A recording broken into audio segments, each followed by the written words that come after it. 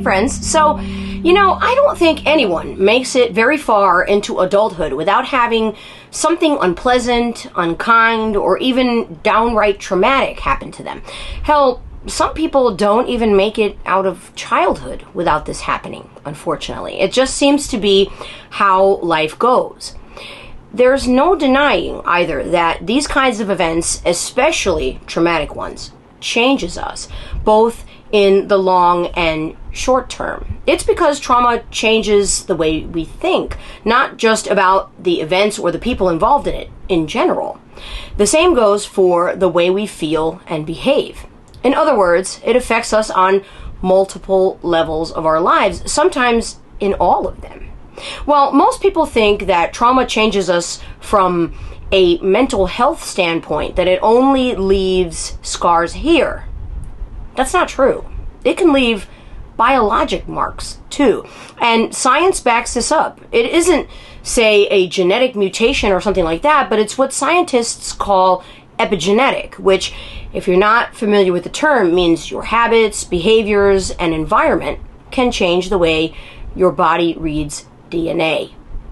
So that's just really a fancy way to say intergenerational trauma. We have long known, by studying this extensively, that there are some things that just run in families, like alcoholism and other addictions. Epigenetics is still very much a new thing that science is just now really truly beginning to understand. But there have been a lot of studies done which have come to some solid conclusions, such as determining that people who are survivors of violence or abuse as children inadvertently pass on increased risks for the same things to happen to their children. And it puts those children at elevated risks to develop things like PTSD or anxiety, etc. This is one of those things that can be a very heavy debate between people who try to determine if things like this are nature or nurture. And there's not one answer. I mean, the genetic component aside, sometimes people are changed so much by their trauma that they can, unfortunately, end up taking that out on how they parent their children. A parent's trauma can trickle down to a child and create more trauma in that child, and voila, intergenerational trauma is born. That's the simple explanation. I don't want to get too far in the weeds here. But I do want to say this.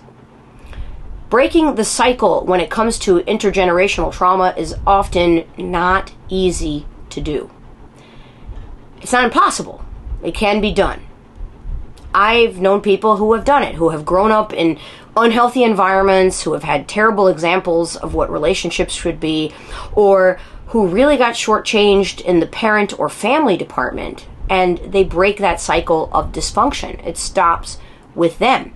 They are able to overcome that and become amazing parents, have happy, healthy relationships with their partners, and just be generally awesome, upstanding individuals. If you are one of those people and you're watching this, I want to take a moment to tell you that you deserve a ton of credit for pulling yourself out of that, and I have enormous amounts of respect for you. If nobody has ever told you that they're proud of you for that, allow me to be the first. I'm proud of you. Now, getting back to trauma. One thing that is very important to understand is that pain and trauma really do not go away on their own. In fact, ignoring them can actually make it worse. The longer it exists without addressing it, the more deep-rooted it can become. Like anything else that has deep roots, it can be really, really hard to pull that sucker out of the ground, or in this case, your everyday life and consciousness. This is why we talk about addressing trauma and healing so much on this channel, because anytime that you can heal, you should try to. Anytime that you can move forward from bad situations, you should try to. Give yourself time, give yourself grace, give yourself whatever you need in order to get to a better mental place. We have talked about the reasons why this is so important in several other videos. So we are going to go ahead and look over towards the corner in this video to take a look at the elephant in the room who is patiently waiting for her turn to shine. And here it is. There is something else that we need to address when it comes to pain and trauma.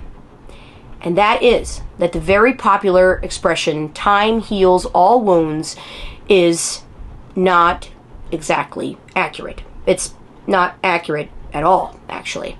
Time can certainly dull pain in some situations and make it perhaps hurt less or be less in the forefront of your mind. But I think that the older you get, the more you come to realize that there are some things that just stay with you. You never truly get completely over them, no matter how much you try to heal from them or how much work you do to try to leave it behind. There's probably going to be some little part of you that still feels some pain when it crosses your mind or you get a reminder of it. A couple of examples would be the death of a loved one, or having a family member with a serious addiction or an illness, physical or mental. In those cases, the situations are largely out of your control. When someone has left us, they've left us, and the finality of that is painful. No matter how much healing you do, it's not going to bring them back. The same kind of goes for people who go through the very difficult process of watching someone they love become someone else, so to speak, because of addiction or because of an illness that has robbed them of the person that they were before. There's not much you can do about these situations either. In the case of addiction, I think it's especially difficult because it's a cruel affliction that sometimes offers you a little glimmer of hope in some kind of recovery, only to have it dashed every time the person relapses. So most of the time you go through a roller coaster with many turns, more than once. Then we have things like betrayals, which can be very traumatic too. Sometimes those cut deep, and you find yourself not just with a distrust of that person who betrayed you, but of others too. It's a struggle to knock down the walls that betrayal builds for you. And something else about betrayal that I think we don't talk about enough is that the difficulty you develop in trusting isn't limited to other people. There are plenty of times when a stinging betrayal by another person will leave you doubting yourself too, and being unable to forgive yourself for making the mistake of trusting them. Sometimes, as a result of the pain we experience from a betrayal, we will go on to make other poor decisions that are emotionally charged, that we don't think through. And sometimes they are significant enough to get us even further off course. It's almost like a double stacking of regret. Any of the things that we just talked about are certainly things that imprint on us and can undermine our ability to feel safe or confident in our own decisions, or trust others, or just be unguarded enough to forge deep emotional connections with other people. These can be hurts that do not heal, to put it simply. So, since we cannot get over them, so to speak, all we can do is learn to live with that. But living with something does not mean that we just give in, that we just accept that this is just who we are now, and that we continue that cycle of pain by letting it define us. We can't let it push us towards having a victim mentality either, because living this way makes you see yourself as powerless over your own life.